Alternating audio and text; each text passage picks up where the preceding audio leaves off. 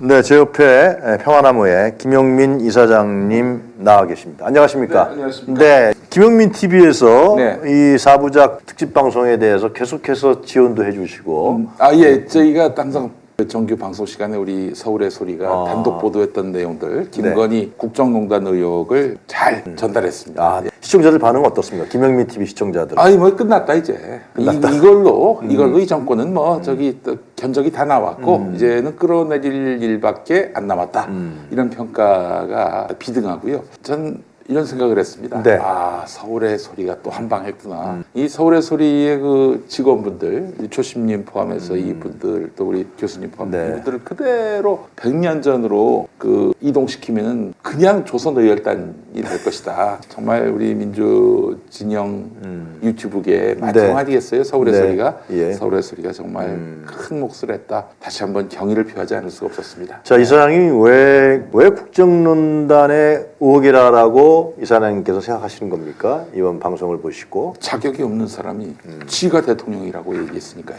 뭐 말만 그렇게 하면야 뭐 그냥 농담으로 들을 수 있겠지만 실제로 명품을 수수하고 말이죠. 스스럼 없이 국법을 완전히 비웃으며 이 300만 원 디올 가방 그리고 179만 원 샤넬 향수와 화장품을 선물로 받은 거 아니겠습니까? 3개월 터울로.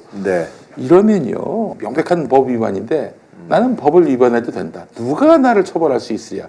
이거는 거의 스스로를 대통령으로 생각하는 게 아니라 왕으로 여기고 있는 것이다. 그런데 김건희가 한 표라도 받았습니까? 국민들로부터 실권을 행사하면서 금융위원 선임에까지도 관여한 것으로 파악이 되고 자기가 남북관계 이 문제도 나서겠다라고 공언한 거 아니겠어요? 이런 것만 보더라도 이거는 뭐 이미 김건희가 뭐 대통령 머리 위에 있다, 윤석열이 머리 위에 있다라는 거는 뭐 공지의 사실이고 삼척동자도 아는 부분인데 이걸 입증해냈단 말이죠. 그런 의미에서 취재윤리 운운하는 거는 참 덧없는 얘기입니다. 김건희가 정말 그런 국정농단을 하고 있는지 이런 뇌물, 선물을 수수했는지 이런 것들을 확인하기 위한 탐사보도거든요. 저는 이렇게 봐야 된다고 봅니다. 역사의 맥락에서는. 물론 부분적으로는 법리적으로는 논란이 있을 수는 있겠지만은 그렇지 않으면 어떻게 우리가 김건희의 이런 비행을 알 수 있겠어요. 그 서울의 소리가 정말 또 장인수 기자가 또 우리 이명수 기자니나 자기의 어떤 그런 운명을 건 보도를 했다. 아니 지금 이 나라에 잘났다는 언론인들 보도합니까? 보도도 안 하는 것들이 무슨 언론인을 자처해요. 그 참나 웃길 따름입니다. 자기의 직과 심지어 운명까지도 걸고 보도할 수 있는 사람을 우리에게는 저널리스트라고 명명해야 합니다. 기자증이 있음에도 불구하고 그래서 여러 정보 접근 권한이 있는데도 불구하고 있는 사실도 보도하지 않는 그런 것들이 무슨 저널리스트예요. 무슨 취재윤리를 운운합니까? 보도는 못하더라도 취재는 해놓고 취재윤리 운운해야지. 대통령실에서 뭐라고 그랬습니까? 입장 없음. 만약에 그 서울의 소리가 동영상, 오디오 이거 없이 그 만나서 선물 건넸다. 최재형 목사님의 증언만 갖고 보도했다. 어떻게 되겠어요? 입장 있음이 되겠죠. 가짜 뉴스라면서. 그러면서 서울의 소리를 때려잡으려고 하지 않았겠어요? 찍소리도 못하는 이유가 뭡니까? 명백한 물증이 있으니까 그런 거 아니겠어요? 그러니까 뭐 지금 뭐 취재윤리 논란 이런 건 정말 덧없는 얘기고. 창고에 있다. 그 물품이 어디 갔냐고 이제 물어보니까 창고에 있는지 없는지 어떻게 알아요? 그 거짓말쟁이 정권인데. 하여튼간에 받아서 보관하고 있다라는 거 아니에요? 왜 보관을 해? 돌려줘야지. 말도 안 되는 소리를 하고 있어. 누가 믿어 그거를? 하여튼간에 그다음엔 다른 얘기가 없습니다. 그 요즘에 그 김은혜 홍보수석이 언론인들 하는 브리핑을 해도 나타나지 않는다 그래요. 그러니까 왜 그렇다고 생각하십니까? 왜 아까 말씀하신 대로 바로 이명수 기자나 장인수 기자 개인 압수수색에 들어갔을 테고 전에 같았으면 그렇죠. 서울의 소리 압수수색 들어왔을 텐데 이들이 그렇게 하지 않고 아무 얘기도 안 하고 무대응으로 일관하는 이유는 어떤 것 때문에 있다고습니까? 어제 방송통신심의위원회가 JTBC를 상대로 해서 그 심의하겠다라고 했습니다. JTBC가 취재윤리 논란을 이른바 야마로 해서 서울의 소리 보도를 보도했거든요. 맞습니다. 이 안진걸 소장 어제 만났는데 안 소장 말씀은 그런 보도도 너무 반갑다는 거예요. 서울의 소리 보도를 폄하할 목적으로 이제 말하자면 그 뉴스가 나왔는데 그래도 기자는 속마음으로는 이거 어떻게든 이거를 국민들에게 전해야겠다라는 마음으로 보도를 한 거죠. 아니 그 보도 과정에서 김건희가 명품 받은 거, 그 사실을 얘기하지 않을 수가 없잖아요. 그렇죠. 예. 그 영상을 쓴 거죠. 네, 그것마저도 방심위는 불편했던 겁니다. 심의하겠다는 거예요. 어쨌든 이 방심위가 이렇게 나오는 이유가 뭐겠습니까? 네. 야, 취재윤리 논란이든 말든 간에 하여간 보도하지 마. 그거는 입 밖에도 꺼내지 마. 이 압박이라고요. 어? 이런 압박에 굴복하는 언론인들, 야, 니들이 언론인이냐? 웃기고 있어 진짜. 예. 근데 그거 막을 수 있겠습니까? 못 막죠. 아니 이미 우리 서울의 소리 수십만, 네. 앞으로는 100만 단위로도 넘어갈 거라고 보는데. 근데 사부작용이가 그걸 합치면 이미 100만이 넘었습니다. 네. 국민들은 입을 틀어막는다고 해서 이 디지털 세상에 이게 통제가 안 돼요. 그리고 너무나 간명하게 떨어지잖아요. 김건희가 300만 원짜리 디올 가방을 받았다. 네.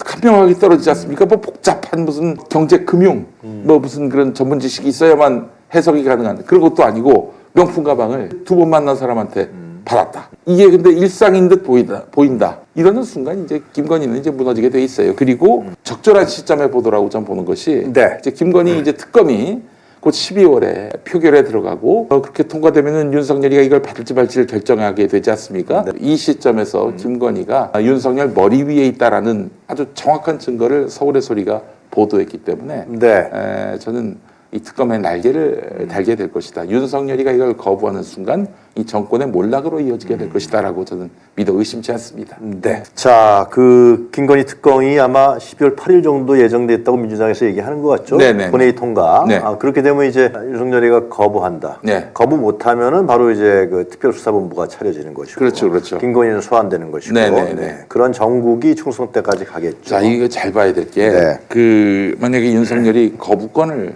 행사한다면 상식을 가진 많은 분들은 네. 에이 설마 그 거부권 행사는 즉시 이거는 이해 충돌이 되는 건데 네. 위법이 되는 건데 탄핵 사유가 되는 건데 윤석열이가 그걸 받을 수 있겠는가? 근데 윤석열은 거부권 행사할 거라고 저는 믿어 의심치 않습니다. 왜 그러십니까? 왜냐? 자기 머리 위에 김건희가 있으니까. 김건희가 하라고 하겠어요?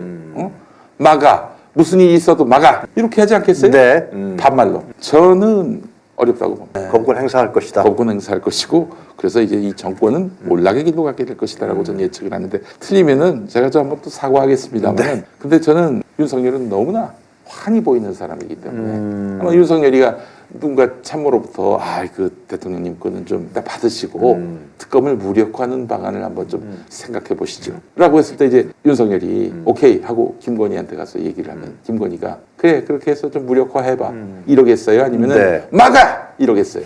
막아지 막아로 이렇게 가야 되는 것이고요. 네. 지금 또 그렇게 네. 참모 중에 조언할 사람이 아무도 없다는 것이 이번 부산 엑스포 실패해서 글쎄 말이에요. 확연히 드러났습니다. 네. 아니 이제 보도를 보니까 말이죠. 권부에 있는 사람들, 용산에 있는 사람들은 거의 100% 1차 투표에서 2차 투표로 간다. 1차 투표에서 3분의 2를 넘지 못해서 사우디와 우리나라가 2차 투표로 간다. 이걸 의심하는 사람이 아무도 없었다고 합니다. 또 어떻게 됐어요? 1차에서 그냥 29표. 3분의 2를 다 가져갔잖아요. 그 사실은 뭐 사우디가 그렇게 많은 표로 1차에서 끝낼 거라는 예측은 뭐 아무것도 모르는 저도 그렇게 예측을 했지만은 29표는 진짜 용산에 큰 충격, 원자폭탄 같은 충격을 주었다고 합니다. 오늘 한독수하고 박형준 얼굴이 나왔는데 망연자실하고 있더라고. 네. 그렇게 정보가 없나?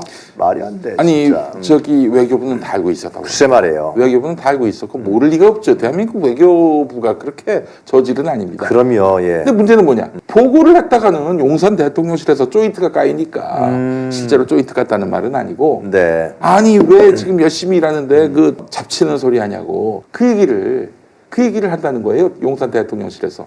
아니 잡치는 소리든 아니든 아니 현실을 직시하게 해야지. 적어도 그 참모들은 이 현실을 직시해야 되는 거 아닙니까? 그리고 제대로 보고해야 되는 거 아니에요? 네. 근데 윤석열은 까맣게 몰랐대요. 무려 90표 차로 이렇게 질 줄은 까맣게 몰랐대요. 그래서 공무원 사이에서 윤석열을 별명이 요즘에 벌거벗은 임금님이라고 하는 얘기. 그렇죠. 진짜 그렇게 됐습니다. 근데 이게 이번만의 일입니까? 강서구청장 보궐선거 때도 그렇죠. 거의 박빙차로 좁혀졌다. 네. 잘하면 이길 수도 있다. 이런 보고를 받았는데 17%포인트 차로 진 거 아니겠어요? 야, 그리고 잼버리 대회 당시에도요. 윤석열이가 각국 참가자들이 그냥 온갖 불편을 호소했는데 그 외교가에서 뭐 당연히 우리 외교부로 이런 어필을 하지 않았겠어요? 대통령실에 보고가 안 됐다는 거예요. 네. 그러니까 윤석열이가 그 대응을 제때 못 해가지고 나라 망신을 당한 것이고 네. 그 잼버리 대회가 직격탄이 돼가지고 이번에 부산 엑스포 29표라는 망신적인 결과를 초래했던 거 아니겠습니까? 그러니까 지금 보고가 제대로 이루어지지 않고 있고요. 네. 뭐 정보력, 외교력 이런 거는 뭐 저는 채취할 문제고 네. 보고가 제대로 이루어지지 않고 있다. 대통령 듣기 달달한 보고만 올라가고 있다.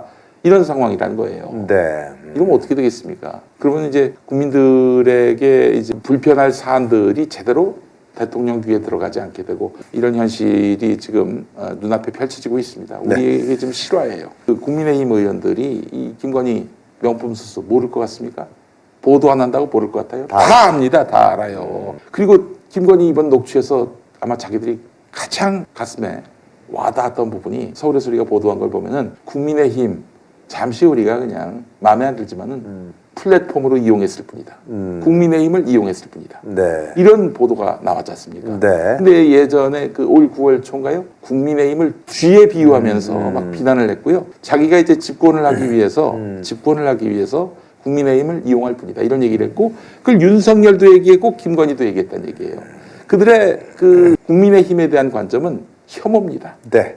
뭐 마음에 안 들어서 내가 들어가가지고 당을 개혁해가지고 당을 뭐 온전한 민주정당으로 만들겠다. 뭐 그런 차원의 것이 아니라 네. 그냥 혐오하는 거예요. 이 쓰레기들 내가 지금 대통령이 돼야 하는데 그 저 민주당은 안 되고 예. 할 수 없이 그냥 마음에 안 들지만 국민의힘 빌려 쓰는 거고 네. 내가 대통령 되면은 싹 그냥 갈아엎어버리겠다. 네. 그래서 실제로 지금 영남에 의원들 싹 갈아버리겠다라고 공언한 거 아니겠습니까? 예. 심지어 측근인 장제원까지도.